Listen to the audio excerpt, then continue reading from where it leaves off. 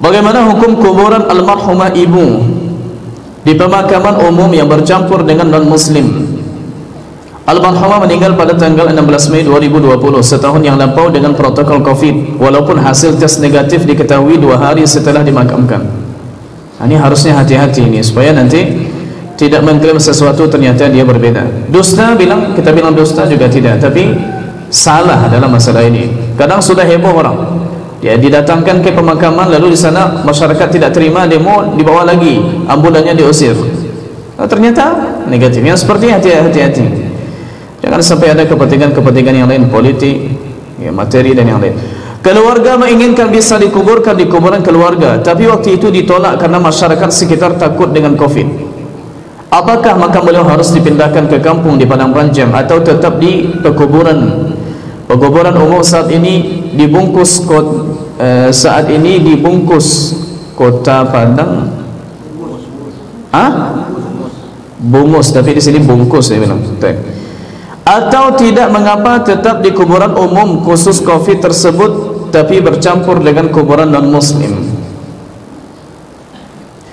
Dia begini, setahu saya, dan insyaallah datanya akan kita bacakan. Yang dilarang adalah seorang muslim dikuburkan di pekuburan kafir. Memang kafir saja isinya, Nasrani, salib lalu dikuburkan di sana. Ini dilarang. Atau kebalikan, kuburan muslim lalu seperti kita di ladang contoh, dia ada beragama Kristen contoh, dikuburkan di sana. Ini juga tak boleh. Ini jelas pekuburan kafir, ini jelas pekuburan muslim. Sekarang pekuburan yang tidak jelas, apalagi kebanyakannya muslim, seperti kita di sini, dan sudah dikuburkan di tempat yang memang bercampur dia, tapi itu tidak disebutkan oleh orang itu kuburan kafir atau itu kuburan muslim. Maka yang seperti ini tidak ada masalah, insyaallah taala.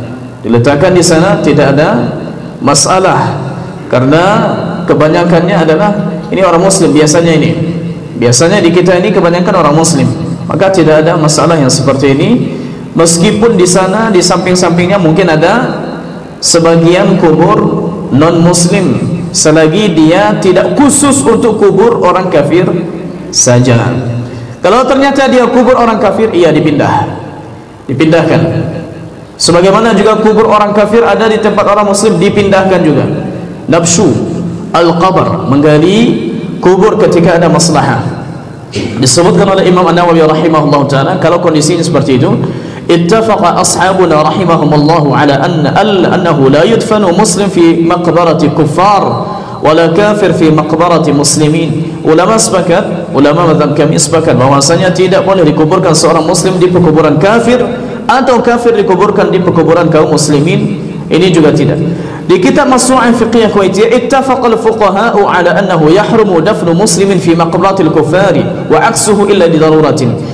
Ulama sepakat bahwasanya, ahli fiqih sepakat bahwasanya haram menguburkan orang muslim di kuburan kafir, begitu juga sebaliknya kecuali karena darurat. Imam Ibn Hazm mengatakan, amalu ahli Islam min ahdi Rasulillah sallallahu alaihi wasallam alla yudfana muslimun ma'a musyrik. Sudah menjadi amal, sudah menjadi tradisi orang Islam dari zaman Nabi sampai sekarang, maksudnya sampai di zaman beliau, alla yudfana muslim, agar tidak dikuburkan orang muslim bersama orang musyrik. Kemudian ada hadis di Sunan Abi Daud berdalil dengan ini, bainama ana umashi Rasulillah, kata Bashir, salah satu pembantu Nabi atau budak Nabi, seketika aku sedang berjalan bersama Rasulullah sallallahu alaihi wasallam, marra biquburil musyrikin, lalu beliau melewati kubur orang musyrik. Lalu beliau sampaikan, laqad sabaqa haula'i khairan katsir. Sungguh mereka ini telah didahului oleh banyak kebaikan. Maksudnya mereka ada kebaikan di zaman mereka, tapi mereka tak ambil. 3 kali Nabi ucapkan. Thumma marra biquburil muslimin, lalu Nabi melewati kubur orang muslim. Faqala laqad adraka haula'i khairan katsira. Sungguh mereka ini telah mendapatkan kebaikan yang banyak. Maksudnya orang muslim. Dalilnya adalah Nabi lewati kubur orang musyrik, setelahnya Nabi lewati kubur orang muslim. Berarti memang muslim satu, musyrik satu, beda. Ini dipisahkan. Cuma kalau ternyata dia bergabung, ada non muslim di sana, ada orang juga muslim, maka ini insyaallah taala tidak mengapa, apalagi yang lebih banyak adalah orang muslim. Tidak ada masalah insyaallah taala.